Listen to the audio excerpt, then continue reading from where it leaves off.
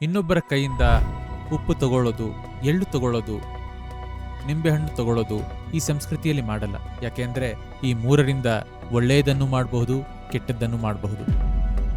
ನಾವು ಒಳ್ಳೆಯ ಶಕ್ತಿ ಹಾಕಿದ್ರೂ ಅದು ತಗೊಳುತ್ತೆ, ದುಷ್ಟಶಕ್ತಿ ಹಾಕಿದ್ರೂ ಅದು ತಗೊಳುತ್ತೆ. ಅದರಿಂದ ಹೀಗೆ ಹೇಳಿದರು, ನಮಗೆ ಯಾರಾದರೂ ಉಪ್ಪು ಕೊಡಕ್ಕೆ ಬಂದರೆ ಕೈಯಲ್ಲಿ ತಗೋಬಾರ್ದು, ಕೆಳಗಿಡಬೇಕು. ನಿಂಬೆಹಣ್ಣು ಯಾರ ಹತ್ರ ತಗೋಬೇಕು ಅಂದರೆ ಯಾರಾದರೂ ಗುರುಗಳು, ಸಂತರು, ಯೋಗಿಗಳು ಕೊಟ್ಟರೆ ತಗೋಬೇಕು. ಬೇರೆ ಯಾರಾದರೂ ಕೈಯಲ್ಲಿ ಕೊಟ್ಟರೆ ನಿಂಬೆಹಣ್ಣು ತಗೋಬಾರ್ದು. ಇದನ್ನೆಲ್ಲ ಹೇಳಿಕೊಟ್ಟಿದ್ದಾರೆ ತಾನೆ. ಎಳ್ಳು ಕೂಡ ತಗೋಬಾರ್ದು ಅಂತ ಹೇಳಿದ್ದಾರೆ ಅಲ್ವಾ. ಏನಾದರೂ ಕೆಟ್ಟದ್ದು ಮಾಡೋರು ಸೂರ್ಯಾಸ್ತಕ್ಕೆ ನಂತರವೇ ಮಾಡ್ತಾರೆ ಸಾಮಾನ್ಯವಾಗಿ ಆ ಕೆಲಸವನ್ನು. ಆದ್ದರಿಂದ ಆ ಸಮಯದ ನಂತರ ಇದನ್ನೆಲ್ಲ ಯಾರ ಹತ್ರನೂ ತಗೋಬಾರ್ದು. ಸೇಫ್ಟಿ, ಸ್ವಲ್ಪ ಸುರಕ್ಷತೆ ಹೇಳ್ಕೊಟ್ಟಿದ್ದಾರೆ ಅಷ್ಟೇ.